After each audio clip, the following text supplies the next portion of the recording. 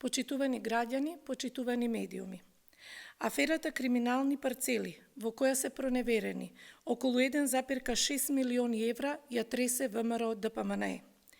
Информациите објавени во медиумите отвараат сериозни прашања за кои јавноста со право очекува одговор од првиот човек на оваа партија, Христијан Мицковски. Последните објавени информации покажуваат дека дел од осомничените во аферата криминални парцели се донатори на ВМРО ДПМНЕ, како и на кампањата на градоначалничката Даниела Арсовска. Ова е една од причините зошто Христијан Мицковски треба да одговори на прашањето: каде завршиле 1,6 милиони евра од аферата криминални парцели и дали тоа е во ВМРО ДПМНЕ? Овие сомнежи се основани по информациите кои излегоа во јавноста дека станува збор за криминална шема и затоа очекуваме истрагата да ги даде сите одговори. Но неспорен факт е дека речиси сите осомничени обвинети во аферата криминални парцели имаат поврзано со ВМРО ДПМНЕ и Христијан Мицковски.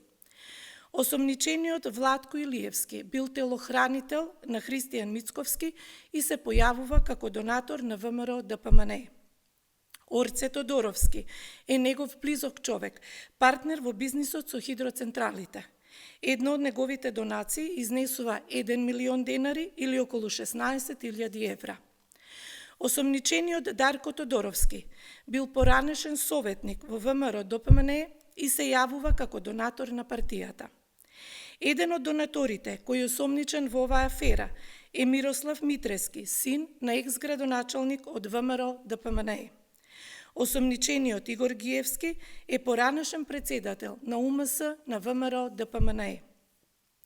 Во аферата криминални парцели направена е проневера на околу 1,6 милиони евра. Клучното прашање е каде завршиле овие 1,6 милиони евра, кој е патот на парите?